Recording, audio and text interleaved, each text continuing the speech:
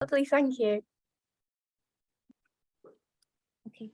Hello, everyone, and thank you for being here today. Thank you, Mary, for coming and joining us from the UK. So Mary is a consultant and the co-founder of Oldfield Consultancy. She's an expert in ethical AI. She also consults to the government of UK, the defense, and she's very passionate about ethical AI. But I am going to now leave it to Mary to talk to us about her work and why AI with ethics is so important. I'm Supriya. I'm from Coding and More. I'm sorry, I should have introduced myself earlier. We do these talks so that children can see the applications of AI in so many various fields. So over to Mary. Hi everybody, it's nice to see you all with us today. So I'm Marie Oldfield and I'm going to speak a bit about, I'll get there in the end, AI and ethics. So let's start with what is AI. Many people think that AI is a lot of different things. So some people think AI is what looks like a robot that looks like us. Some people think AI is coding. Some people think it's an algorithm.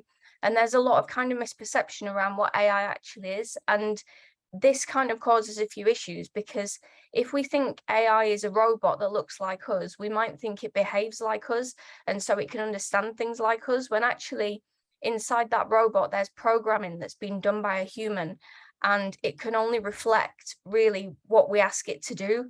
So when we ask it to do certain tasks, or we ask an algorithm to perform certain predictive analytics or things like this, it can only do that. So it can only work inside its own box of the programming. As humans, we've got experience from many years where we can apply that to new situations, and we can do it in a really interesting way, where we can maybe walk down a dark alleyway and analyze the risk, or we can go into a new situation and we can use the skills that we've already got to try and figure out how we approach the situation. But a robot walking down a dark alleyway or into a new situation wouldn't know how to do that, because they've got to rely on the programming that they've got. And it's very limited, because if you do see coding, the amount of coding that you need to do a simple algorithm is quite a lot. So to try and program really large, things in, such as recruitment, facial recognition, things like this, it's really difficult to kind of do that, and it takes a long, long time. So we're talking today about AI, injustice and peace, and this is quite an interesting topic, because there's lots of questions that we need to ask first before we even think about doing it. And this is what I would encourage you all to do before you start building models. Ask why you're doing it and what the outcome is, because that really drives how you build it. So we need to think about things like ethics. How are we going to use this algorithm or AI? Is somebody else going to use this? Who's paying for it? Have they got a motivation that they want us to build it in a certain way? And if so, why? And if we do build this AI in a certain way, what might that AI actually do? So it means that we need to test it quite a lot. Data scraping. What data will we use? We need to consider the data, because we might be taking in data that we don't need, or data that's really not very fair to take in. Sometimes we take in far too much data and we start talking about people's backgrounds, when actually we might not need that data, and it might actually push the algorithm or the AI to do something that we didn't expect it to do. So that's why we need to test really well, because we never know what is going to happen when we process all this data. Especially if you look at things like neural networks, which are supposed to look like a brain. And if you imagine how complex a brain is, it's very difficult to then understand what exactly is this neural network doing with all this data when it's processing it through many, many, many different functions. So we've got to be really careful that we are actually creating what we said that we would create in the first place. Control. If we're applying AI to justice and peace, can we control people? Can people that use our AI control people? Is it fair to be controlling people, or do we all have a fundamental right to freedom and privacy? And one of the kind of scary things is linking databases. So if you take somebody's location data and then you link that to their name and their background and their education, you can start to get a really big profile of this person. Are you then going to sell this profile of this person? Are you going to use it to do something? Is it fair to take somebody's background and maybe the mistakes that they've made in the past and use them to say that they're going to be a bad person in the future? So we've got to be very careful how we kind of link things and who we use to do that, because if we wanted to link Amazon shopping to Facebook data to iPhone location data, all of a sudden we've got a huge amount of data on a person, which might not be that fair to have, and we might be able to do things with it that are not very ethical. So we've just got to be careful about what we do around data. So there are issues when we talk about using AI in justice and peace. We've got things like user interaction. Do the users know how to interact with the AI and the algorithms? Do they know what the output means? So if you had a decision made on you and it said you're a criminal, you're likely to commit a crime in the future, is that fair for us to be given a decision on? And do we understand how the AI came to that decision? Should the AI be coming to that decision in the first place, that we might commit a crime based on our past silly mistakes that we've made? Using data, again, we've just talked about that, and it's really important to consider that when you're creating technology. Selling data, we've seen a lot of people have their data sold. We've seen a lot of companies selling data. Data is so valuable because you can create profiles about people, you can sell to people, you can see what they like and what they don't like. You can then use that data to manipulate people into buying things. You can show them adverts, you can manipulate them to do certain things if you want to.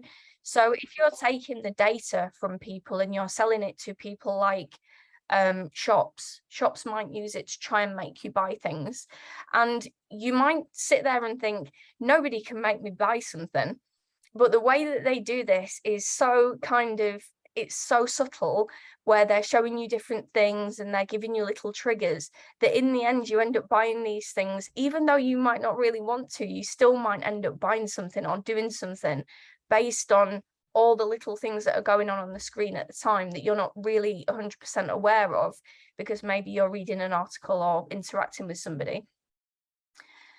Bias is an interesting concept. It's used negatively in a lot of ways. As a statistician, we use bias within models, and we use it in a positive way to try and make models work better. The way that bias is used in AI is the way it's used in maybe history lessons, where they talk about a source being biased, which might mean that they favor one group of people over another, or they favor one event over another, or they see an event having happened in a certain way. And this can reflect things like, if the algorithm starts to do output that's potentially racist, or it seems to be racist, what we need to do is say, well, hang on, is that really what's happening, or is the data wrong?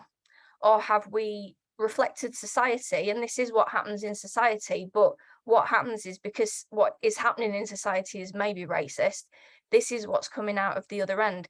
So it's, the algorithm can't just turn the data into racist data. It needs to be able to process it, and you have to give it the data. So we need to go back and question why we think this is happening within the model, and it might not, it probably isn't the model that is actually doing it. So where you see bias, think about that term and what that means in the context of what you're reading. Is AI really able to think outside the box? We talked about that a little bit earlier. Not normally. It can only do really what it's programmed to do and what you've asked it to do, because it is a computer program. And the impact on users in society, there can be huge impacts on users in society. This type of technology, if you need to be able to do something quite serious, like get a credit card or get a loan, and you don't know how to work the system, or you don't understand the decision at the other end, or you feel like it's discriminating against you, but you don't know why, it can sometimes be very hard to get the information, how that decision was made on you, and you might never know.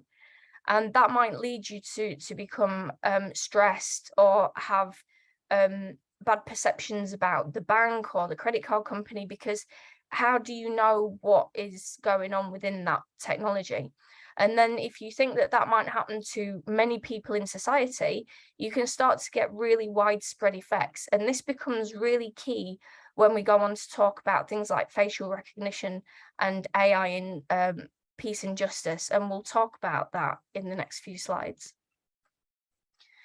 So some examples of the issues that I've seen, Amazon released some data to a gentleman that requested it, but they actually released somebody else's data to him because they got the wrong person. Their profiles were mixed up.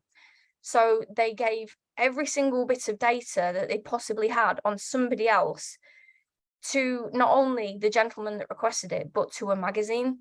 And that was a real huge data breach. And it shows that the accountability or the responsibility that's being taken around the data is not what it should be, and it's not being stored correctly, it's not being used correctly. And I think probably everybody here would be quite annoyed if their entire data record from a social media platform or Amazon got released to somebody else. And then, you know, maybe you could go and request lots of other people's data and then use it to do really bad things to them. So we need to be careful what's going on with our actual personal data. And what we don't realize sometimes is that if we have an Alexa in the room or a Google Echo, that can actually take data while we're just walking around it. It can kind of look at, where are we? What are we saying? And you might not know that it's doing that. You might think it only listens to the commands that you give it, but actually there's a thing called shadow data. And all of these little fingerprints, such as when you walk through a shop and there's some CCTV, or you walk past an Alexa or an Echo or technology, and it just kind of listens to what you're saying so it can improve its linguistic capabilities. All this goes on your file so that it can be seen that you actually like, I don't know, you might walk past it and say, I like chocolates. And then you might find that 2 days later, you get lots of adverts for chocolates somewhere on the internet. Layla had a really private job. This lady had a really private job that she didn't want anybody to know about. And what happened was her phone contact data got synced with her Facebook profile, and her customers that she didn't want anyone to know about and she didn't want to see on the social media platform because her job was so private, they all got linked together. And so all the suggestions of people you may know, Layla came up on their profile and her customers came up on her profile. So it was really scary actually for Layla, because in some jobs, and especially in my job where I work with defense, sometimes we don't, I mean, I don't have that social media, but sometimes we don't want people to be able to find us. And this lady was obviously then very publicly found by everybody. And that was really scary for her because she was scared she might be in danger, or she might have her reputation damaged, or people might find out who she was. So these are the problems with linking data. We had a benefit system in the UK, and lots of disabled people were trying to use it so they could get their benefits and their money so that they could survive. And many people couldn't actually use the system because it wasn't disabled friendly. So there wasn't any way of this system being able to deal with people with special needs. So the actual people that needed to use this system could not even access this system. And then they ran out of money. They couldn't pay for food. They couldn't pay for heating and lighting. And this really, really upset and stressed a lot of people out. So the people that had developed the technology never considered who needed to use it at the end.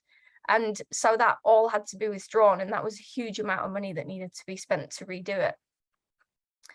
And then an interesting one that I thought I'd bring up is where you go for job interviews, sometimes they use the technology to analyze your facial expressions. And then the technology says, oh, this person isn't very interested in this job, or this person doesn't seem very motivated, or this person seems very motivated. Technology can't really recognize what our intention is. So our intention is in our head, and we might have some rules to say, you know, maybe if somebody looks up this way or looks up this way, they might be lying or they might be doing something else. But we can't generalize that across everybody because everybody's completely different and there's lots of different people in this world.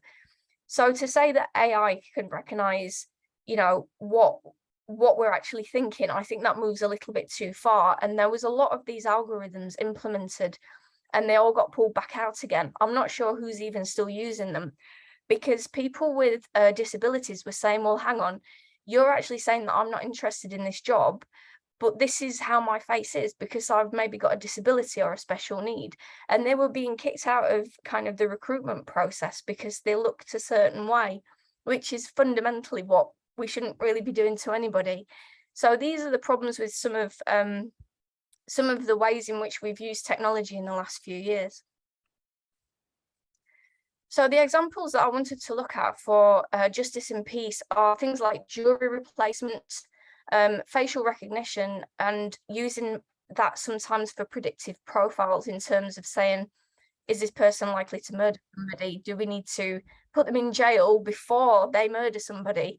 And I'm not sure how we can say, well, that person might murder someone, so let's just put them in jail before they even do it, because we can't ever be sure what that person is actually going to do. And using social media to keep people safe. And I'd put this in inverted commas because it's very easy to say, I'm going to keep you safe by doing X. But what I might actually be doing is trying to control you.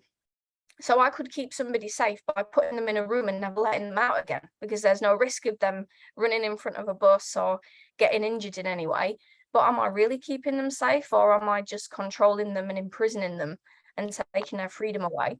So that's a really complicated kind of area that we need to look at if we're going to say that we're keeping people safe from things. So if we look at jury replacement, if we want to take all of the people out of the courtroom that are on the jury and then just put a computer there, how is the computer going to work out that the person's guilty? Well, they have to use some sort of statistics and some sort of profile to say, well, it's probably, maybe 80% probable that this person did this crime. What do they base this on?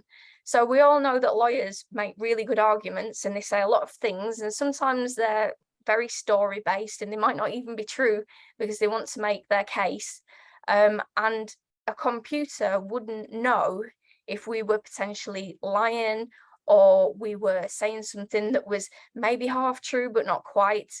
And they wouldn't have just numbers to be able to do some data analysis and say, well, the probability is 80%. So how can AI pick up on things like statements, behaviors, words, and then analyze that? And the thing is that it really can't, because it's not a human. It can only do what we ask it to do. So if we said, well, just analyze all the text and tell me what you think, it might say, well, that person's definitely guilty because all the words that we used were bad. So all you've got to do then as a prosecutor is just use all these really bad words and keep repeating them, and then all of a sudden somebody might be guilty.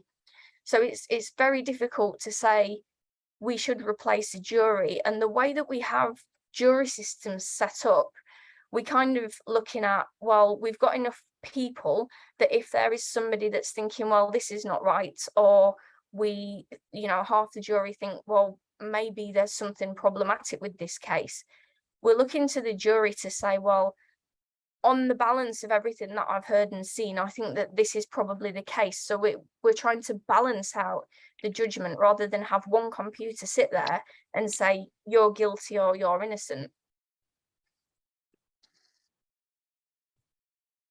So some people say that a jury is outdated because they think that humans are very biased in their opinions, they're very prejudiced in their opinions, and they can be swayed really easily by lawyers. And that is one of the arguments as to why they want to use AI. And I think it's very important for you to understand what the arguments are about these different technologies, because what you need to then do is look at them and say, is this right? Do I think that this argument is correct? Because if we look at humans, we do have bias and we do have prejudice, but also we do listen and we observe. And if there's a court case going on, we have to try and balance it up with probability.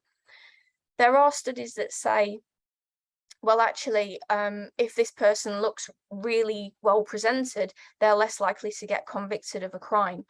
I think that if if a person is, if that's what they're basing their decision on, then I think they might be one of the only people in the room doing that, because in a court case, there is a lot of evidence to try and get through in the time that you've got a trial. So also there's an argument on the other side that says humans can make mistakes, but technology can make mistakes. So we all make mistakes.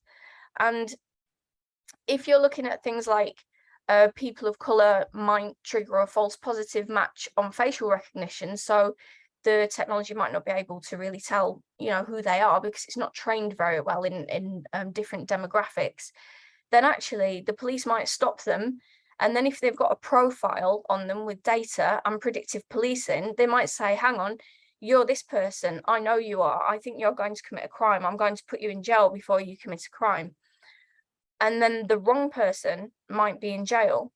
And then the upshot from that is, if you have them put them in jail because they're going to commit a crime, how long do you put them in jail for?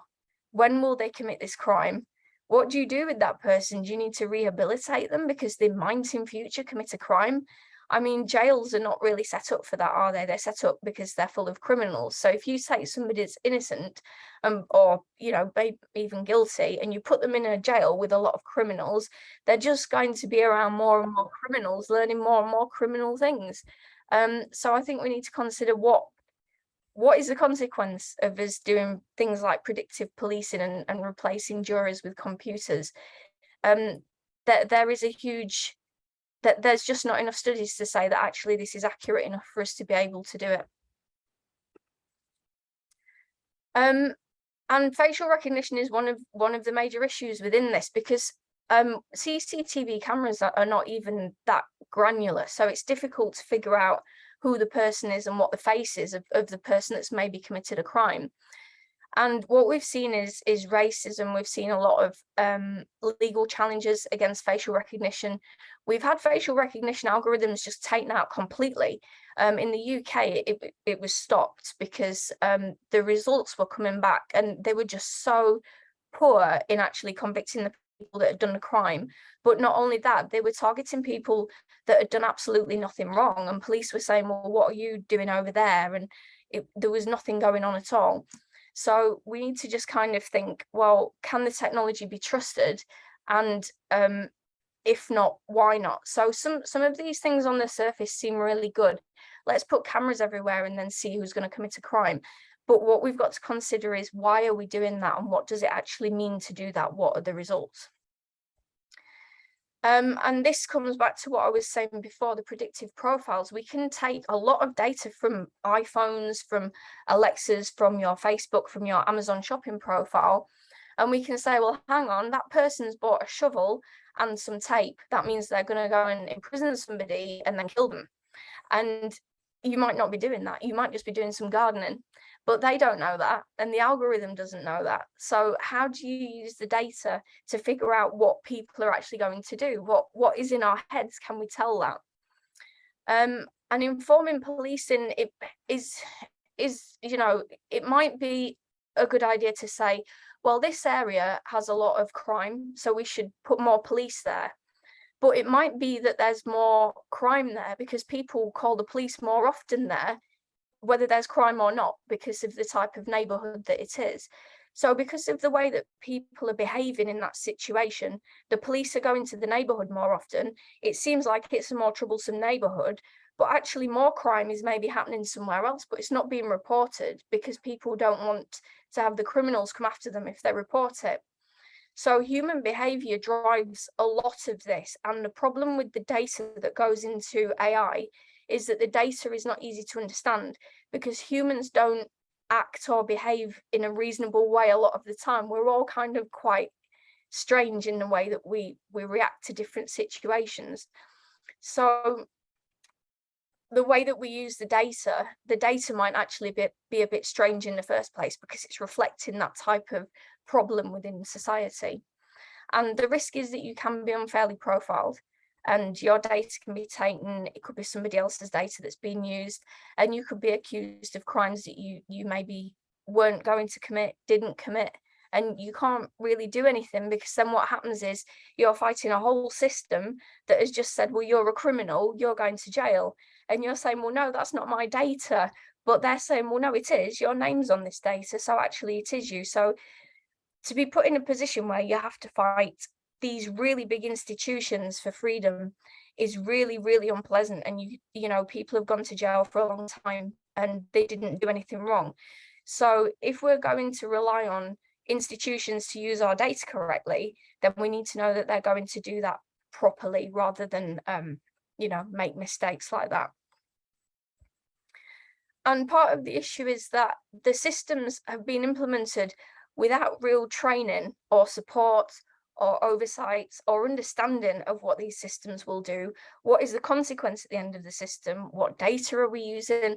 What does the data relate to? Many people just forget that data actually reflects people, and it's part of, you know, what I do during the day is all data, but I might behave in a completely different way to what you do. So our data profile is different. So it's really important to understand that when you're doing modeling and you're building these things, they always relate to people. People's behavior is the data. The way that you process it matters, because the consequence on the people at the end can be really, it can result in, you know, billions of pounds lost, and it can cost people's lives. So we've got to be really, really considerate of how we actually use data and model it. And selling data. Some people sell data. So China tracks its citizens everywhere on every platform. There's a huge amount of data. And what that can be used for is to control people. And because data, you can sell it for a lot of money, you end up getting a really high price for the data, but you don't know who you're selling it to and what they're using it for.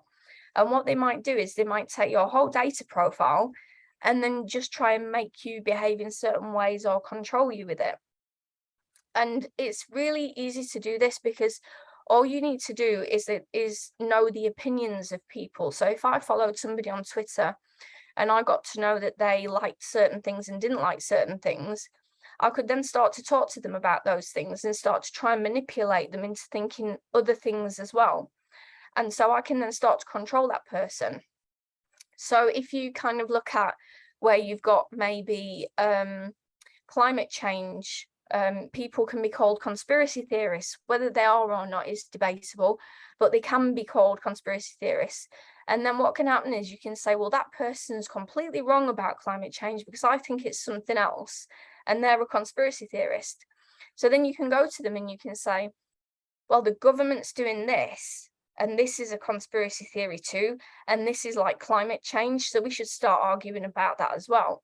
And then you can get them to have another opinion that is then another theory, where they then start arguing with people about something completely different. It's not that hard to try and control people's viewpoints and opinions when you've got their data and you know what type of person they are. And then this brings me back to keeping people safe. And this is quite a big topic on social media at the minute. So when I was reading a few reports in the last few weeks, what's happened is there's an energy crisis, there's a food crisis, there are lots of crises going on around the world. And the governments want to try and keep people safe, but we don't know what that means. Does that mean that they want to stop them striking when they want to, or stop them reacting to things, or stop a rebellion or a revolution? Or is it just that they want to make sure that they've got consistent energy supply, so they've always got their electricity or they've always got their gas? It's not entirely clear what it is that they mean. But what they are doing is collecting a lot of data and sitting on social media and seeing what people are talking about. So the problem is that if you get some people that are coming together and saying, we're not happy with this government, it's very dictatorship-like, we want to get rid of it, you can then influence those people and stop them from doing that. So you can keep them, if they're being oppressed, you can keep them in an oppressed country, or you can stop them reacting to some people that are trying to hurt them through manipulating them on social media. And the issues with people like NATO and the UK government is that they've got huge amounts of money to spend on this stuff, and they can test it and they can trial it and they can improve it. And also companies can be brought in to do this who've got even more money. So the research that can go into this and trying to, you know, if they wanted to control us, make us do certain things, there's a huge amount of time and resource that can go into it. On the other hand, they might just be trying to make sure that we can get our food on time and that vehicles can get where they're going and that traffic is flowing correctly. So there's all different ways of looking at it. Are they trying to keep us safe and are they trying to do good things? Or are they starting to do, you know, things that are starting to impact our freedom and impact on us as people? So we need to just start asking, is it fair? What do you mean by terms misinformation and disinformation? Because it's easy to label something as disinformation or misinformation, but is it? And it might be that somebody's got an opinion and it's perfectly reasonable, but somebody else doesn't like it. So they say that, you know, they discredit it and say it's misinformation. So all of this is very difficult to kind of navigate when all you want to do is go on Facebook and talk to your friends. But this kind of thing is happening in the background. And there's ways that people kind of sell this to us in algorithms, and they say, well, we're keeping you safe from a crisis. Well, what is a crisis? Is that a crisis? Is it a democracy crisis? How are you keeping me safe? What is it you're doing? How are you using my data to do it? What is the impact upon me?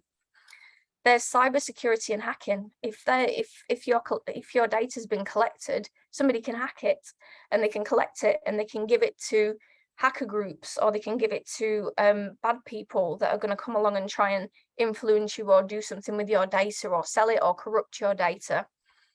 And I always ask, who's developing the technology and why? Who's paying for it? Because who's paying for it is an indication of what is their aim or motivation. What are they thinking about doing with that data? What are they thinking about doing with that technology? And at the minute, a lot of the algorithms are not very clear. And there's not a lot of paperwork around what does it do, how does it, who's paying for it, what is the aim of it? And these things are so crucial to understanding what it is that is actually going on and what decisions are being made and how you're being potentially driven in a certain direction by people using your data. So that is the end of my talk. I hope you've enjoyed it. And if there's any questions, I am happy to answer. Thank you, Mary. That was really very, very interesting. I have a couple of questions of my own, but first I'll allow the others to ask. So if anybody has any question, you can either unmute yourself and ask or put it in the chat as you like.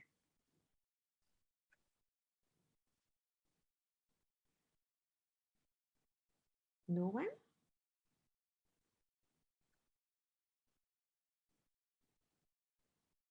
Really? So I'm going to go first. I actually wanted to ask you, in the jury replacement, different people have different biases. Why is it that maybe AI could have one seat? I believe there are maybe about a certain number of people who sit on the jury, right? Would it be fair to have maybe at least one AI representative if the processes were followed through? Because I know that we spoke about earlier that it's one thing to make a law, and then it's another thing to make sure that the law is being, there are processes to make sure that the law is being followed for the intent it was made for, right?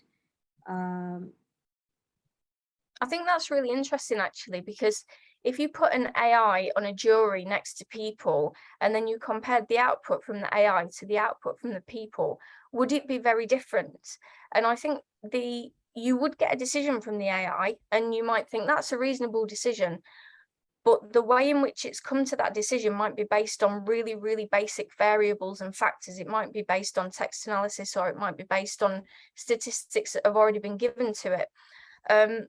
What we kind of hope with the humans is that because they're all quite different and they've got different viewpoints and different biases, there's going to be some sort of equilibrium within that jury.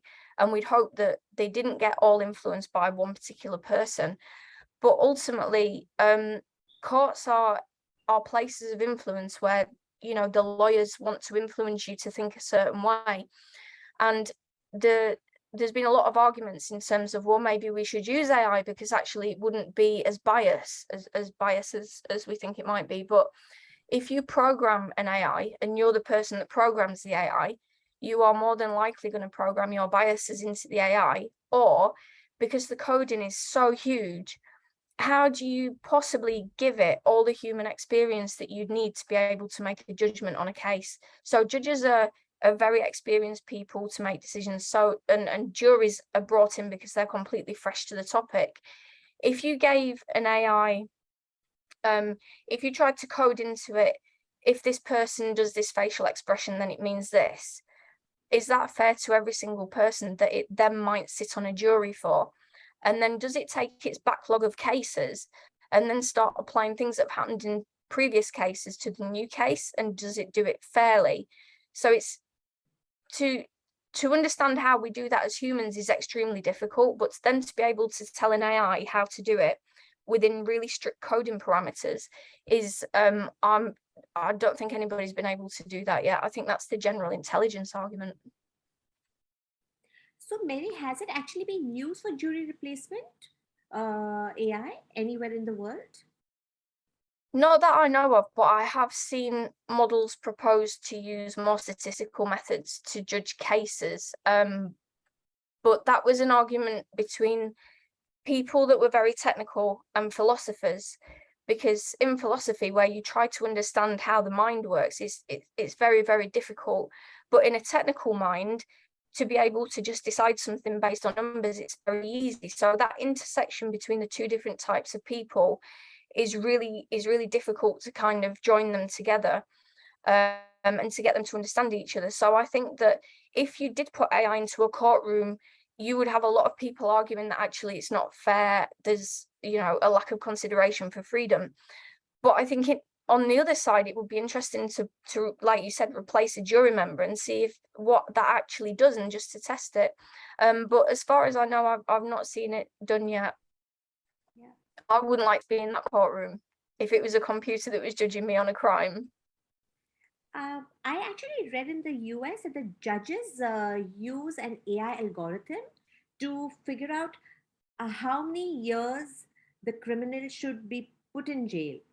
And that algorithm itself could be biased, which again brings out the question that the judge, even be using that AI, you know, Yeah. I mean, I'm not sure.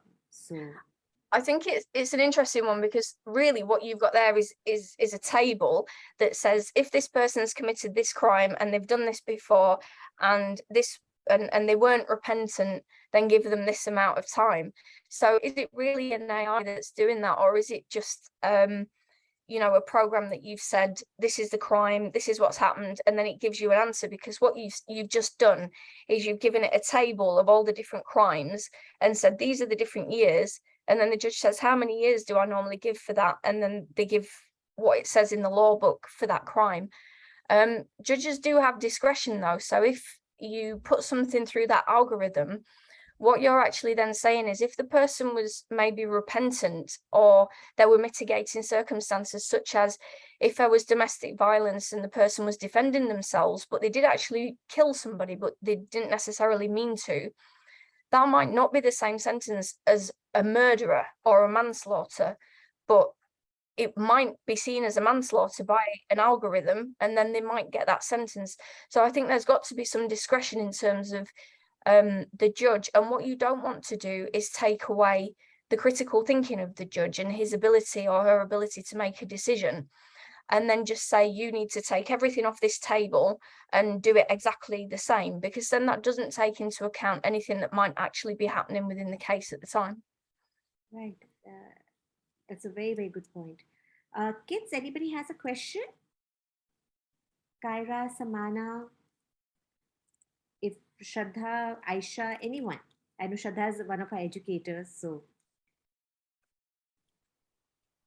if nobody has any other question, I have one more question, Mary, and then we can call it a day. I wanted to ask you, we understand the power of AI, we understand the limitations, right?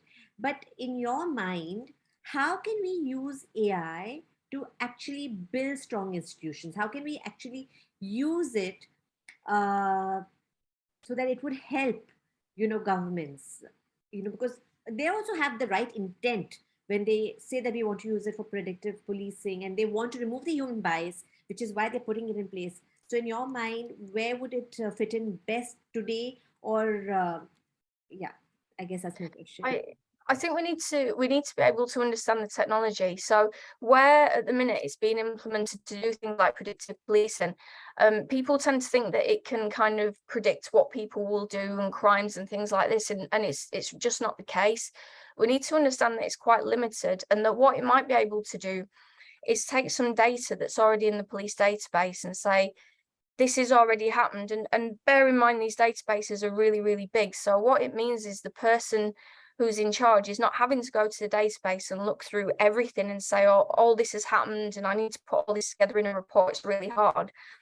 Something like an AI can go into these big databases and pull out all the information and things that might seem interesting but might not be directly linked, and that information then can be passed to a person that can then make a judgment based on experience.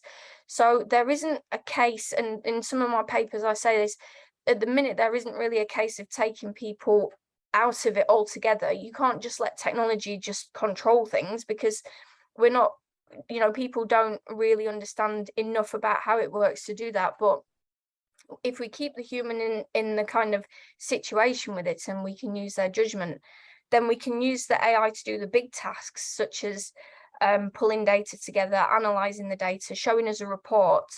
But we still need the person. It's like the example with x-rays. So if you're taking x-rays of things, or looking at people's eyes for cancer, and the AI is saying, well, based on what you've told me, this looks like a cancer, it doesn't have the experience of however many years of a medical consultant looking at different things, and things sometimes look just a tiny bit different, but the AI can't pick it up. So it's about humans and technology working together in order to improve things and make things faster and make things more efficient for people. But it's not about taking an AI and just putting it in there and saying, off you go, you make all the decisions on people, because it's not capable at this point of actually doing that. And if you look at finance, where you've got credit cards and you've got housewives trying to get credit cards, and their husband earns enough money for them to have a credit card and has agreed to it, but the system says, well, you can't have one because you don't earn anything. Well, actually, they are a housewife, and there's a specific situation there where they could have a credit card because it will be paid off, but the AI doesn't understand that situation. So you need the human to come in and override it and say, actually, we can do something for you. It might not be a huge limit, but we will be able to give you a credit card. So it's that nuance of human behavior and human life that we need the human to be able to make the judgment on. Right. No, thank you so much, Mary. That was a really, very valid point, which we also try and remind the children that, AI doesn't replace humans. It's actually another facilitator, like using a calculator once you made a big calculation, right? So, Yeah. so that you don't make a mistake. So, if nobody else has any questions, I would like to thank Mary for being here with us today. That was really a very enlightening talk, and I hope all of us has taken something away from this. I think that AI is definitely here as a great aid for us, but before we use AI, I think we have to be very mindful on how it has been trained. You know, what are the assumptions made, so that you can use the prediction it gives more mindfully and not cause harm where your intent was to cause better good for everyone. So Yeah. thanks a ton, Mary, and thank you everyone for joining us here today.